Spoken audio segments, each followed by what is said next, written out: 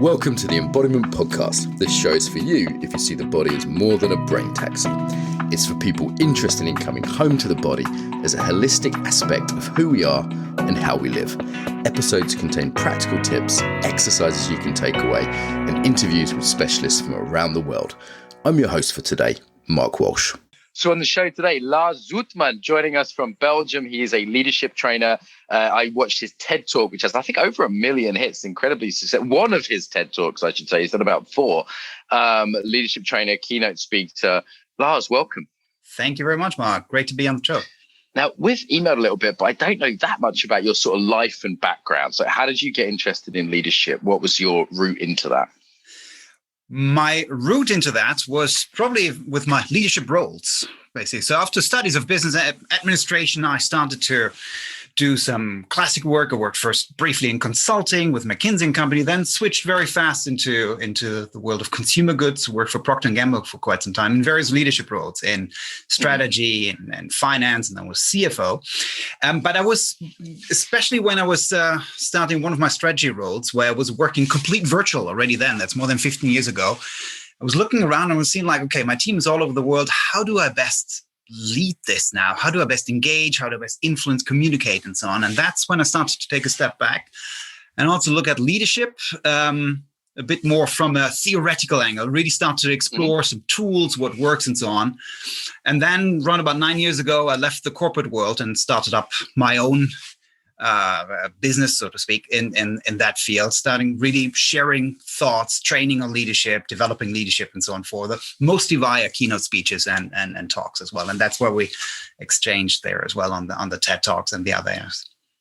Okay, great. So I'm fascinated by this topic. I've taught leadership in corporate environments, and I sort of, you could, I think, be fair to say I'm a leader myself in the embodiment field, and I'm now a manager of a company. 20 people in our staff meeting at 8 a.m. this morning. I was like, how the fuck did that happen?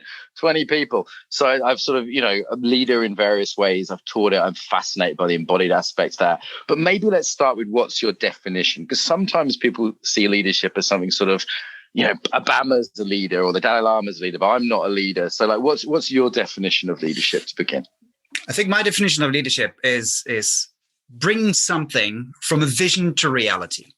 That fundamentally is my definition of leadership. Like what are making something happen that would not have happened otherwise. And the steps there really take this from vision down to reality and really zoom in my approach to leadership, really with a focus on the people involved in this. And I think that, yeah.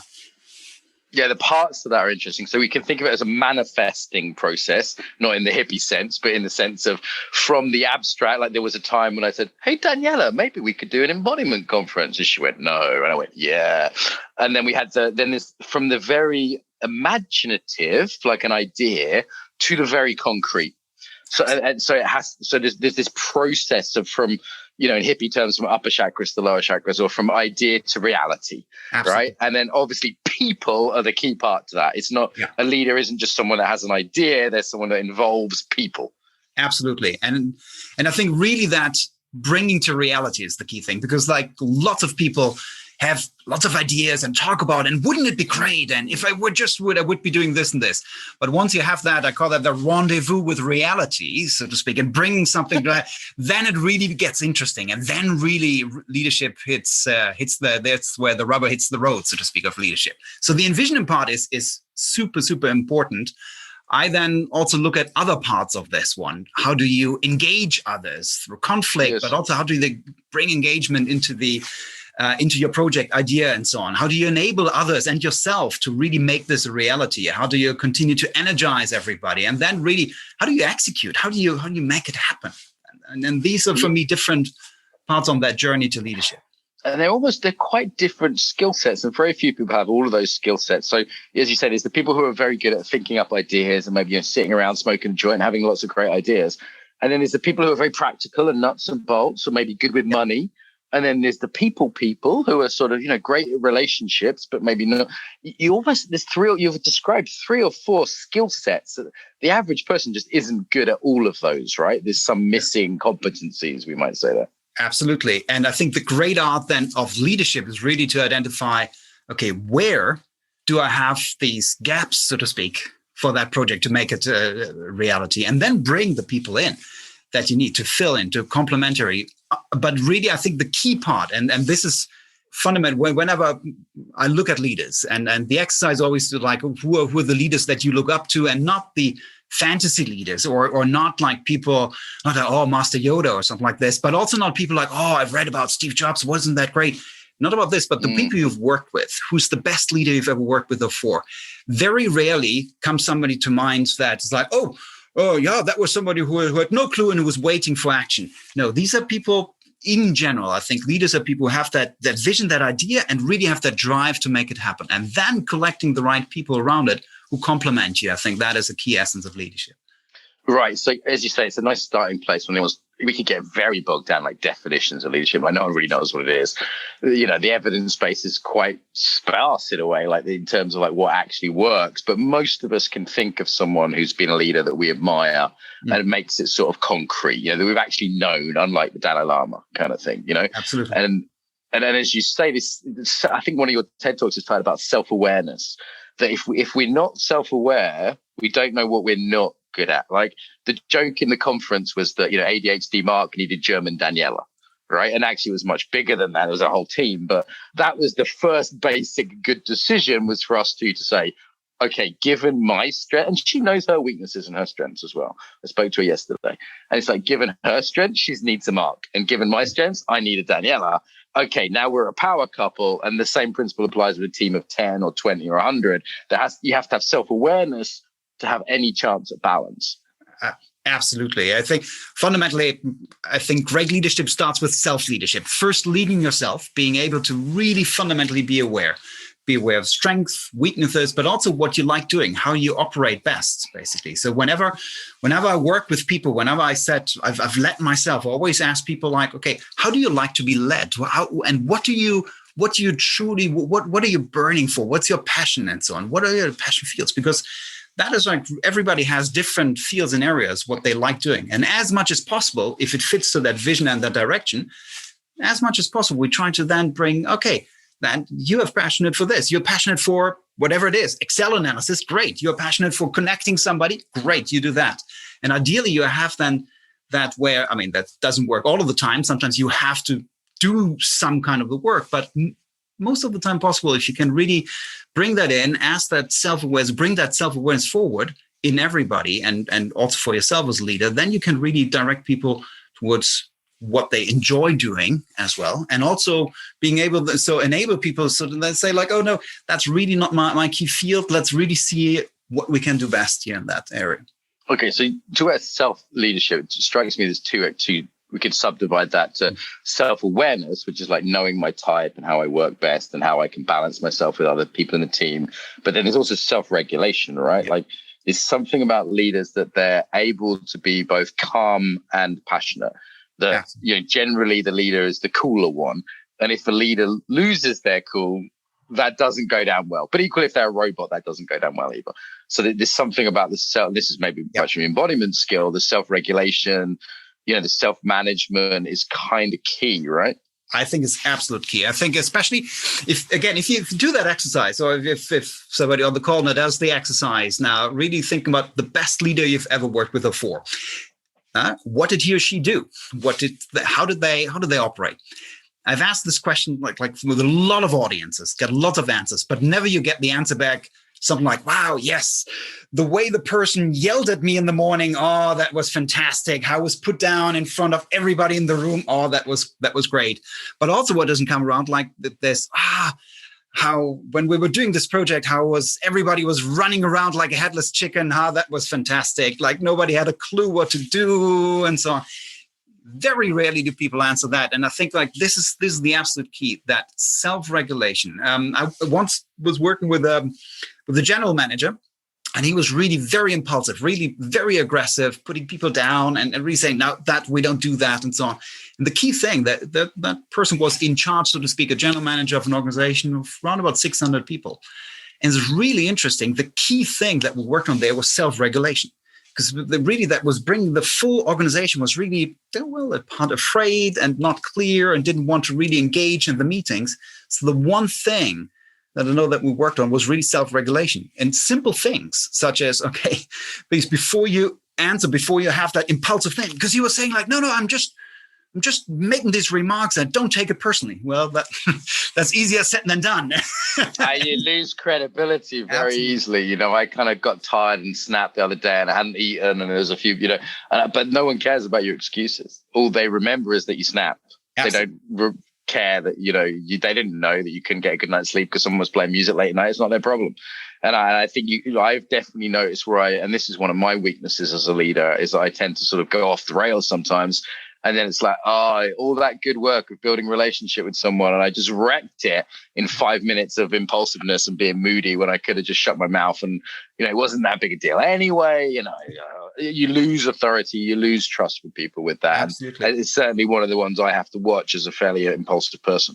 And that really, especially if one gets a leader, obviously, and what starts is that people start to look at almost every movement, every word. Oh, what did he mean with that? What did she?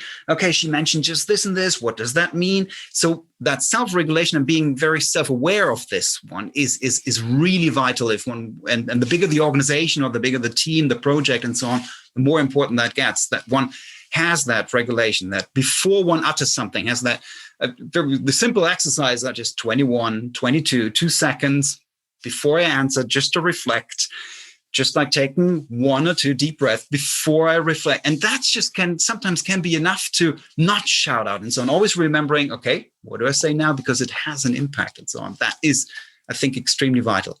But I think that balance that you mentioned is absolutely key as well. At the same time, that passion that you're burning for, that vision, continuing to say like, no, this is important, what we're working on, really bring that forward.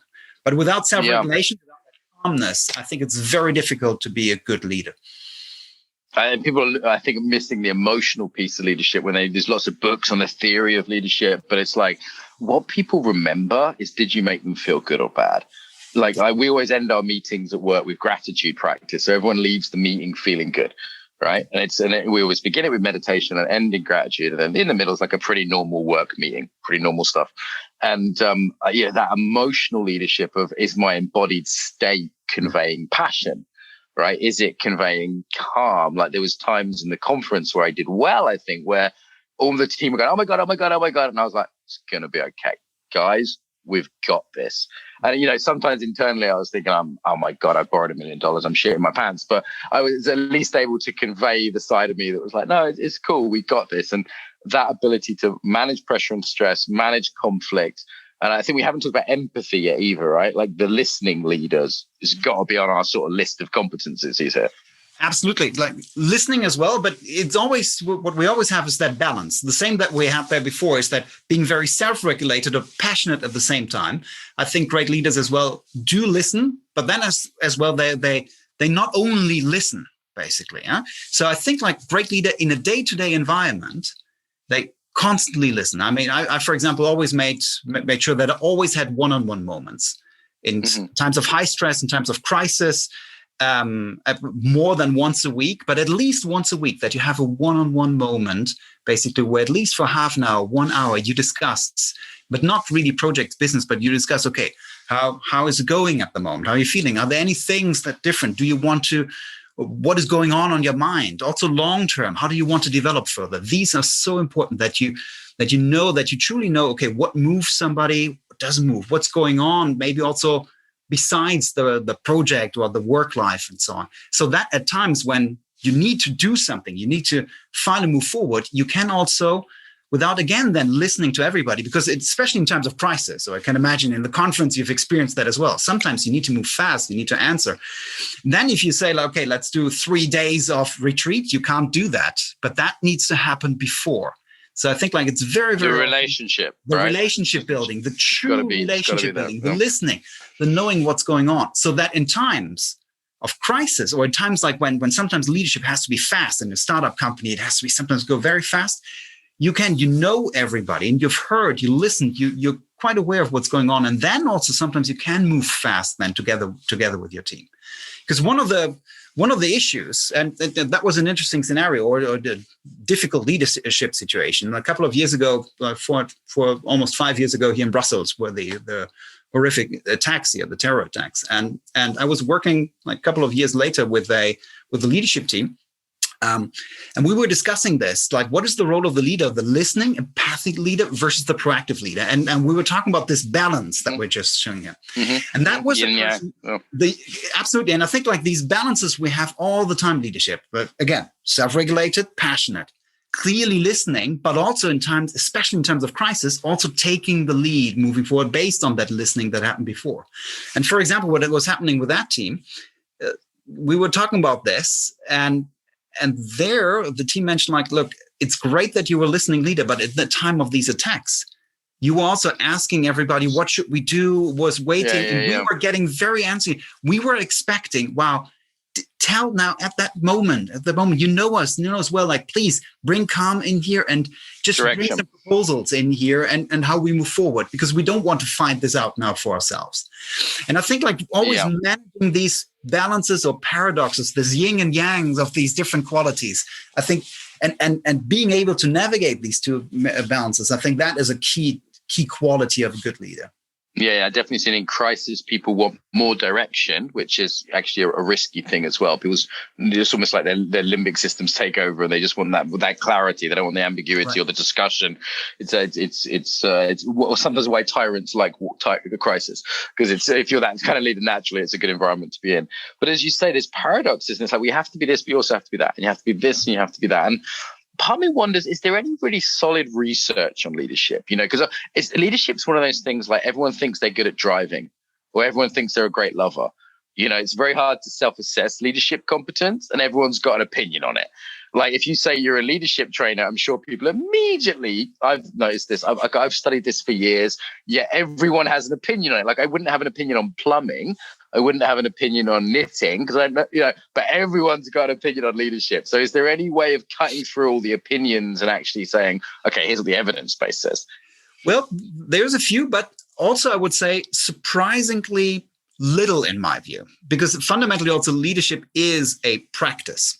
Also, if you look at the science, it is something that can be taught, practiced, but fundamentally you can theorize it a lot about, but you need to do it. It's a bit like speaking. It's a bit like public speaking and other things, or other embodiment arts as well. You can talk about, theorize it, but before you haven't done your poses, your forms or your fights and so on. I mean, you can think about it in your head as you want, but once you are in that situation, everything changes. So there's some solid leadership on research on leadership styles, on the various leadership styles that can work and that one person can embody from time to time, being from what is more the director, authoritarian leader, directive leader, transformational leadership, which is the person with a vision who gets everybody in, or empowering leader, so to speak. And these are almost like archetypes or types. And there's been some solid research on that especially things like enabling, empowering leadership, and especially that transformational big vision leadership is much more conducive to situations like where innovation needs to occur, when new products come in, rather than telling people what to do, basically. Like, tell you, okay, please, you invent now that new product, that doesn't really work well in this one. But like, okay, what's the environment you need to create the new product, and so on? It's a totally different environment. So there's been some solid research on that, and as well as on some tools that work. But fundamentally, I would say leadership is a practice. You have to do it. You cannot learn it from a book. You cannot learn from the field.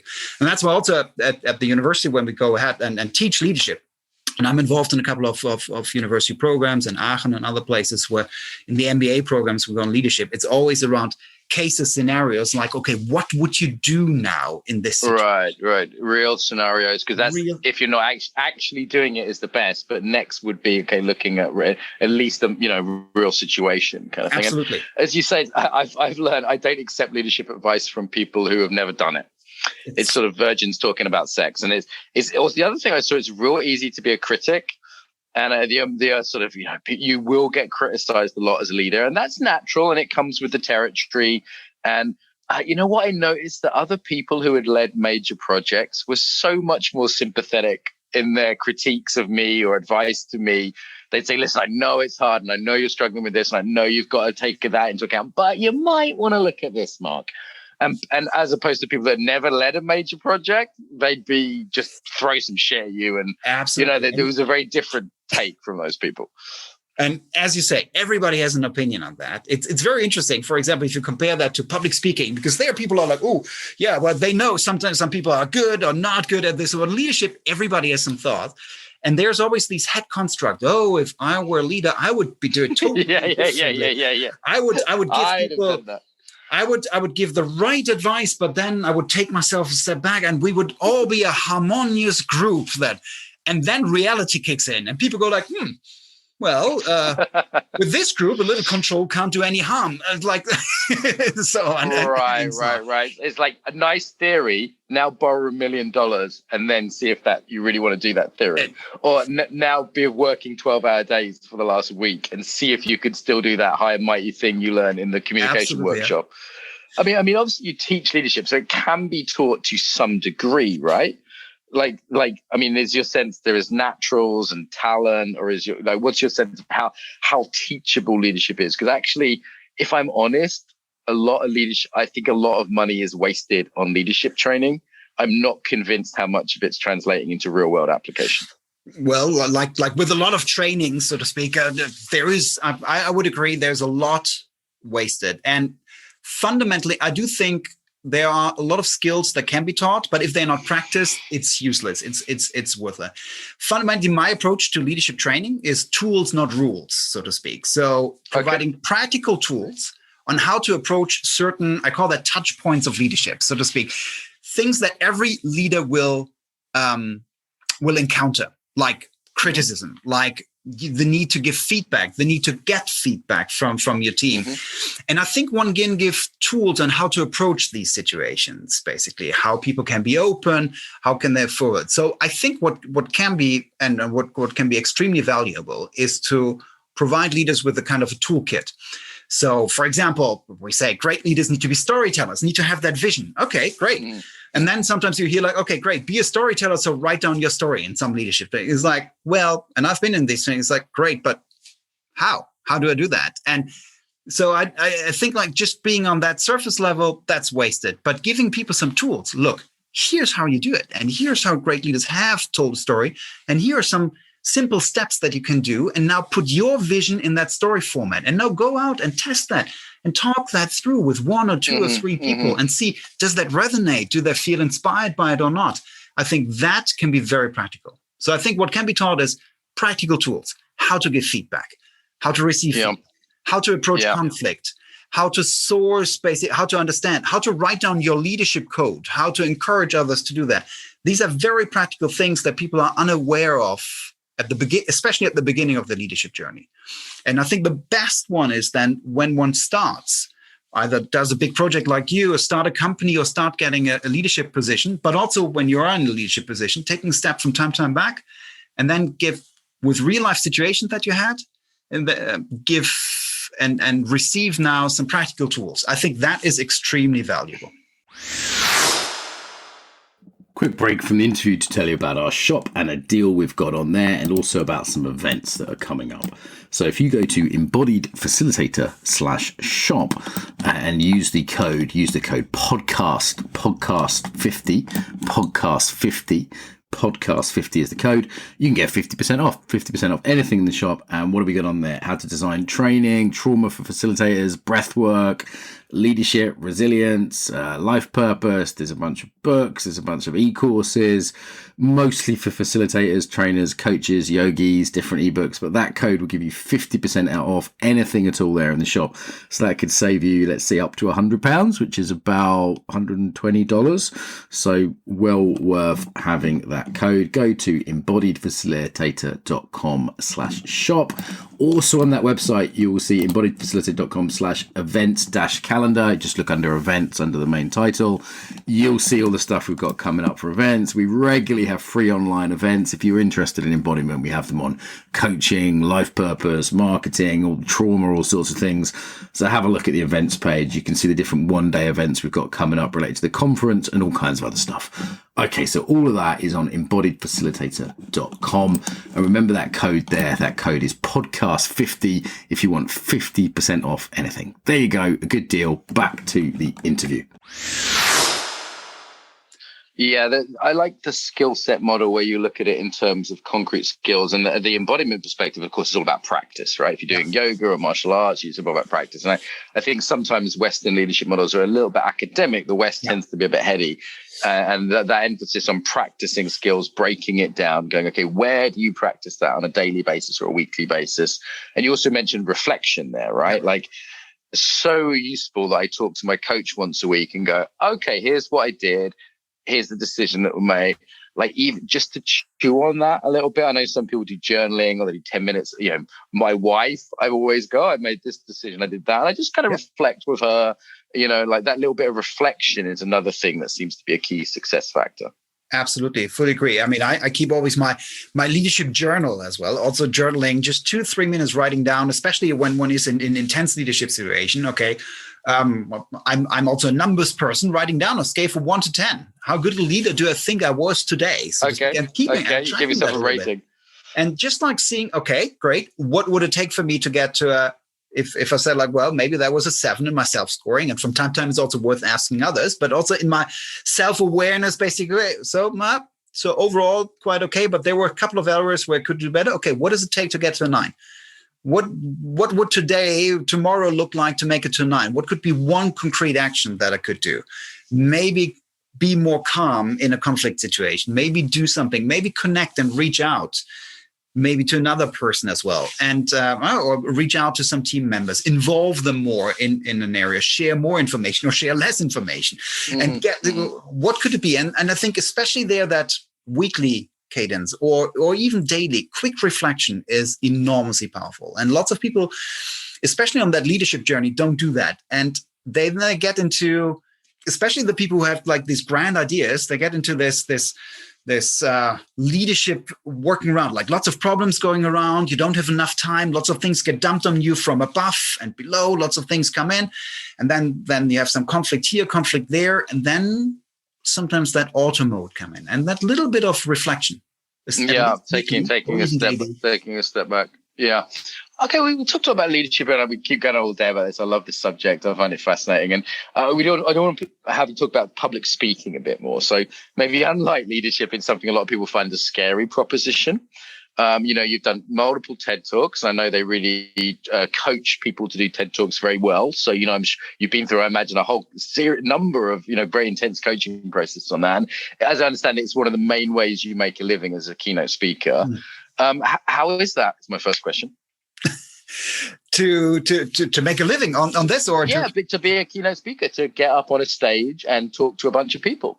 Like, I've done it a bunch of times. It's not my main activity, So like how is that? Is like one of your main things? It's kind of a weird thing to do, right? Like, there's an audience, you often can't even see them. You stand up on the stage, you talk for 10 minutes or half an hour. Like, what is that like? I think it's one of my greatest passions to go out, and especially these large groups interaction, like 100+ people. I find absolutely fascinating. Started doing that around about 20 years ago.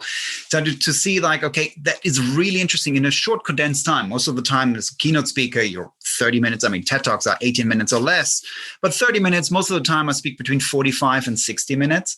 And really to try to bring in this condensed time, really trying to build up that connection with an audience and have that conversation with an audience. And that's always my goal, to have really a conversation almost with everybody, even if it's 500,000 people, to really build something together with that audience there. I find absolutely fascinating. It's one of these moments where you can't think of anything else. You stand there on stage, all eyes on you, and it's a very ultra-focused moment. It's intense, right? It's intense. I love it. Yeah. I can viscerally remember the bigger talks that I've done. And, I did one for 1,000, I think was my biggest in Russia once. I've done a couple of 500 in the UK, like ICF keynote I did one year. And I can remember, like, in my bones, the intensity of stepping onto that stage at the ICF with 400, packed room full of people. And I've got rid of all the chairs, which freaked everybody out because we were going to do some movement stuff. And I was kind of nervous. And then I told a couple of jokes, and the jokes landed. And I went, I've got them. I was like, great. Now we have rapport. And I distinctly remember. And then the next, half hours just went by. That 5 minutes, remember, there's an intensity to it. I think it's a little addictive in a way, right? Like, there's a buzz to it. to Yes. speaking in front of large audiences? Would you say that? Do you still get that, or are you past that? No, definitely. That positive. I mean, I think there are two kinds of intensity towards it, and what many people experience is that negative intensity, that nervousness. Like, Okay. I think that's deeply within us. Like, okay, I'm standing there in front of the group. What if they reject me? And I think that makes a lot of people like intensely down them nervous. I think the positive intensity is as well. Like once you learn how to manage that, and I think there are lots of techniques. On how we can learn to navigate the nervous side of things. Once you start to build also the positive intensity, that connection with it, I think it is a very, very fantastic thing. If you start to see that people really follow along, get that aha moment, get that reflection in, and really follow along, maybe laugh as well with you. But also, once you get further and further, you can do some experiments. In one of my latest TED Talks, I in Luxembourg, I did an experiment, which I wanted to challenge myself as well. It was 1,200 people in the room, and I really asked them, which I've never done before, asked them in the first 30 seconds a question, so to speak, where I had no idea what the answer will be and so on. And by chance, it was beyond my expectations and so on. But that really was like, wow, okay, that audience then really was with me then for the time. So I think it can be a fantastic intensity, really working with that audience. But first step is to get away a little bit with the negative intensity, with the stage fright and so on, and learn how to manage that. Yeah, that ICF one I got really anxious about because it was in England, and I was like, oh shit, they're going to see through me. The whole imposter syndrome came up.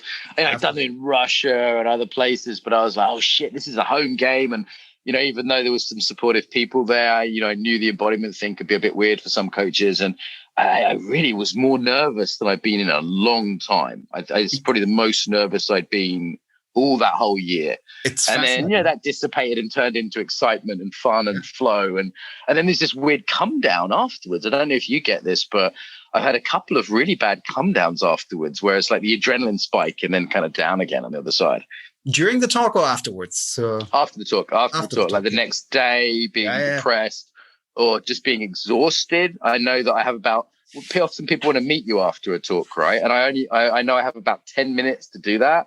And then I just can't be fucking bothered to be around anyone when I crash. Yeah. I don't know if you find that there's a sort of adrenaline and then it. Yes. Well, and I mean, first of all, that intensity is also there. And then people really need to see that. It's sometimes interesting in the corporate world when people say like, it's just an hour of talking. And it's like, well, it's quite some preparation. Typically what you can say in a keynote is like, for every minute of keynote, there's an hour of preparation at least. Wow. That gets in. Wow. Well, not every time the same, because like same as probably as your talks, you sometimes give a similar talk as well. So you leverage like a lot, 10 to 1 at least. Yeah.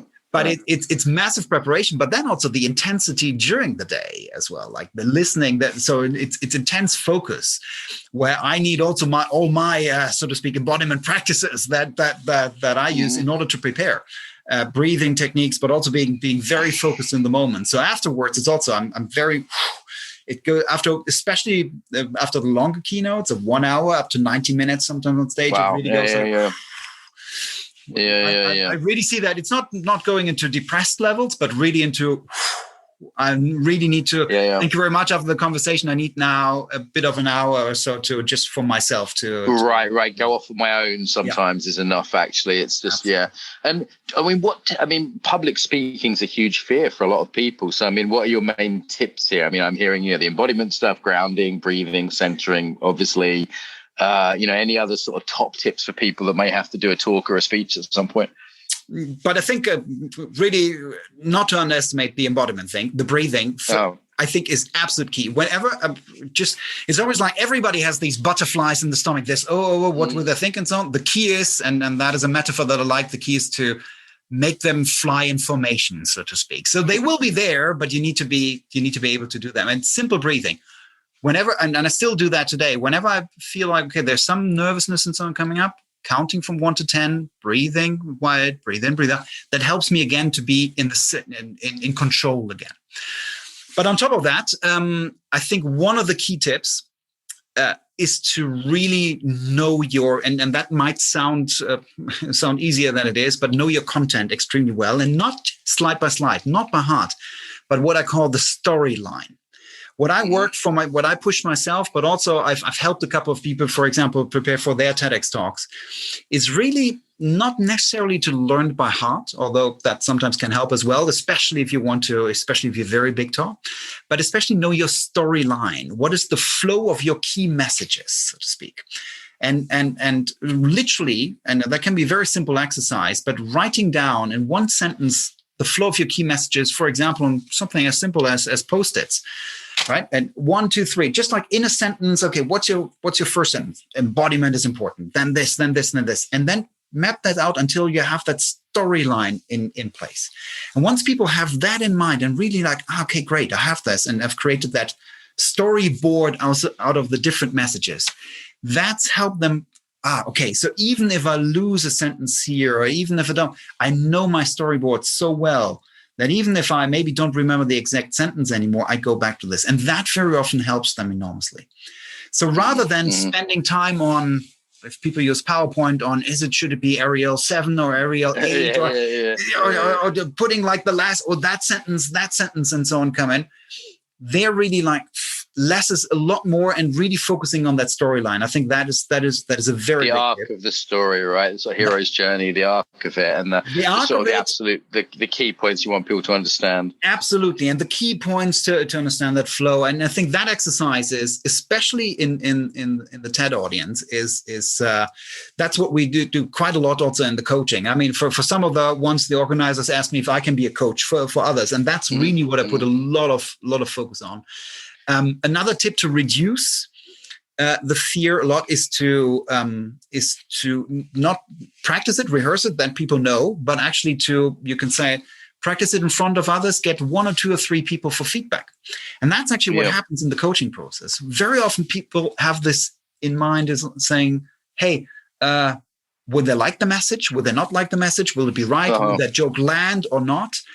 And what I have done very often, what I recommend, what also comedians do, and so on. That's why also the biggest names in comedy go to small comedy clubs to test this. Yeah, they try it out. They hate mobile phones because they're trying out their routines and they're not ready when they hate people recording them. And it's a normal thing. They go out. You have to get that feedback. Like you have to get that feedback. We did a crowdfunding video for the conference, and I just invited a couple of people, one who knows about stories and one was just there as a friend. I was like, does that land? And they're like, and sometimes it's like, yeah, that's a great joke. Oh, you seem kind of like an idiot when you do that. Yeah. And normally they're right, So it's just, you have to have that, and until you say it out loud.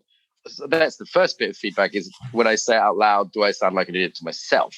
Right? Like, and then it's like a couple of people, and then the confidence comes in, like, okay, they're going to like this bit. Absolutely. And especially with a fresh pair of eyes, and especially not doing something like, hey, here are my slides, do you like them? Or something like this. Or here's my text, can you read through it? No, that's not, but really to hear it. They hear it for one. Okay, without telling them, okay, I'm testing out a joke, or I'm telling you something very funny now. Not like this, just like, okay, listen to this for 5 minutes and then tell me what you think about it. And if you've done that a couple of times, and people very often go like, okay, yeah, no, that was great. That then can be enormous confidence builder beforehand as well to do. And then probably go on, last one. Yeah, one idea is, and that certainly is, especially if you talk a lot or give several speeches, is to have something that once you've given a couple of presentations in the past as well, and that lands. But for example, your joke, that one demonstration and so on, rather than creating something completely from scratch, have a couple of these elements where they land, and then build new material around this. And that's when, like, even if that bombs, but then 2/3 of the presentation. Okay, that's my classic thing. I'm going to do centering. Everyone always likes centering. I'm going to make that joke. People always like that joke. And then it's like, okay, that kind of sort of the resting in slightly to the familiar as well. And then I can be creative on top of that and around that, right? Absolutely. And then you build in your new things in there and see if that works and so on. And I think it's more of an advanced techniques, but that gives very much the confidence to actually go out also with some new stuff, because if it doesn't land, you can just, you can bounce back with your surefire things. The one I noticed is the person really connected to the audience, or are they just doing a speech like they were on autoplay? And I was in a yoga class 2 nights ago, and the perfectly competent teaching, but she just wasn't connected to the class, and it was just sort of dead. Whereas, even if it's just the odd bit of recognition, like, God, it's hot in here, or like, whoa, you guys at the back, just actual, so that real contact with the actual human beings rather than, like, hey, I'm just a pre-recorded speech. Yeah, absolutely. Pre-recorded speech, or also the written speech and so on. I mean, that's what the TED conference is so good at, is like really almost banning basically the written speech and really bring that alive word back and so on. Because also really reading a speech and so on, or having that pre-recorded, okay, then you do this, no reaction, no spontaneity.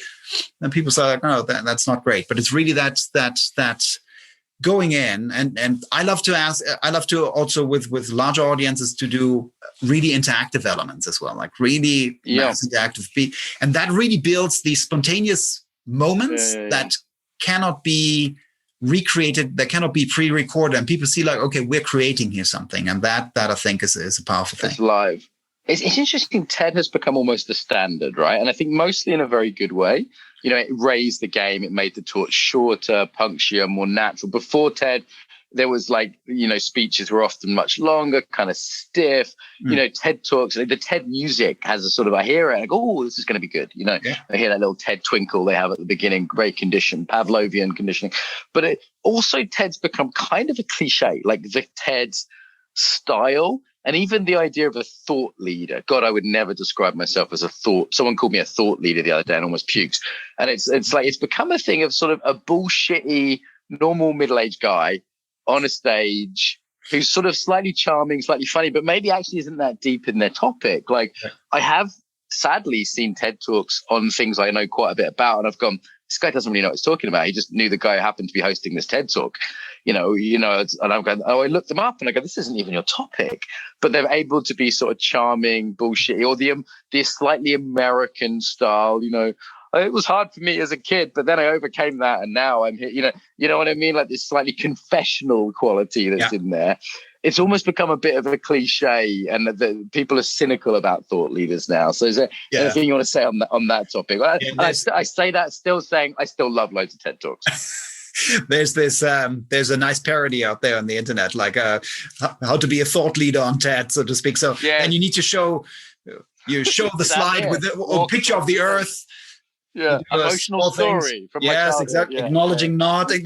It is very much of that cliche, and I think that is when sometimes people ask me like, Lars, you did these TEDx talks. I would love to do a TED talk as well. And I was like, okay. What about? Yeah, I don't know yet, but I want to do a TED Talk. And I'm like, okay, wrong start, because it really goes the other way around. And Chris Anderson, the owner of TED now, he once said like it's relatively easy to coach out the bad quote unquote stuff in a speaker, but it's almost impossible to coach in a good story into a speaker. Okay. And I really like that, because I think that is fundamentally so if you're being asked to do a TED Talk, of course, there's very often a combination, and they look for new ideas, fresh ideas, thoughts, and good speakers as well. But fundamentally, if you're being asked to do a TED Talk, your topic typically is very clear, because it's what you've been focusing on for the past weeks and months. What am I going to do a topic on? Exactly. Embodiment. It's not going to be anything else, right? There's no discussion. And once you focus, and I think lots of people have quite something that they've spent their life on, but when they hear this TED Talk, it's like, oh, I need to come up with something ingenious or different. And that's when it gets interesting. Or they see that and it's like, oh, I need to bring in that story, and that, oh, when I was 5 years old, I did this and this. Yeah. And much rather, I think it's really that focus, like, okay, what have you spent your last 5, 10, 20 years in doing? And what is there really unique that you can bring to the work? Where can you bring that spark, that deep idea, that different thing? And then how do you do that in 18 minutes or less? Once you focus on that, I think one can do, if one has some research and so on, really, really do some good talk. If you go away and say like there has to be the over-polished thing, then it becomes more difficult, I would say. Yeah, almost like an emotional porn is kind of how it seems to me sometimes now. People are there's a sort of performative vulnerability is how I describe it. Rather than, okay, what do you actually know about? Because to serve the audience, let's teach them something that you really know about, that they're really going to learn a lot from. And yeah, it has to have an emotional component, but like, isn't that what you've spent your life doing, rather than your thing with your dad and it's very touching, but whatever. So Okay, so cool. So we've covered some serious ground here. We are sort of moving towards wrap up now. Where do people find you on the internet, Lars? Where's the best place to go? I found you on YouTube very easily for the TED Talks, but is there a central YouTube with various talks and so on is a good place. Just searching for Lars Sudmann. .com. Otherwise, my website, lars-sudmann.com, is a place where also my blog and other articles and so on would be hosted. And then on LinkedIn and the obvious ones with Lars Sudmann, you will find and just find some more stuff. If people like, it's crazy kind of, is it Dutch pronunciation, but the spelling there is Sudmann, like Sudman with a double N for November at the end, right? Just so people can find you. But if they go to YouTube and put in leadership self-awareness, you also come up, I believe. So great, Lars. I'm going to drop you my phone number after this. I hope I say hi when I'm next in Brussels. I think you're in that area, right? So I was going to be there in a week's time, but that's not happening with COVID, unfortunately. But love the leadership conversation, love the stuff on presentation. Do you have kind of like a closing message about, we usually say about the body, but it could be about leadership or about public speaking, closing message for all the listeners? Closing message for me is leadership, but as well as public speaking, both of the things that we covered are fundamentally are arts, so to speak. So you can't read them in the book, or you can read about them in the book, but you have to do them. So I recommend everybody go out and speak, be it virtually via Zoom and live when it's possible again, and go out and lead something and learn and see what that is like, and then read about it and get the tools in and become a better leader and so on about that. Lars, thank you so much for joining us today. Some ways to get more, to give back, and to get more involved now. So the biggest request I have would be to share the podcast with your friends, people that you think would really enjoy it. Email it to them, put it on your social media, tell them about it, old school. Really appreciate that. Equally, if you want to support us financially, you can go to Patreon. That's patreon.com/Embodiment Podcast and give us $1 an episode. And I'd say they're well worth $1. So that's less than £1 if you're in UK-ish. So yeah, please go there. On the embodiedfacilitator.com website is where this is hosted. If most people I think listen to for iTunes. iTunes, we'd certainly appreciate a review. The way iTunes works means that a review means more people will find it. iTunes regards it as more important for searches. So even a couple of sentences review really does help as a little thank you to us. And if you want to go to embodiedfacilitator.com, you can see the actual, links to the sites. There's comments on there. The Facebook group tends to be where people discuss things. So if you go to put in the Embodiment Podcast into Facebook, there's a page which is relatively quiet and a group which does have some discussion on. So I will reply to things personally there. So also on the embodiedfacilitator.com website, there's all sorts of freebies there. There's videos, there's free ebooks, there's ebooks you can buy.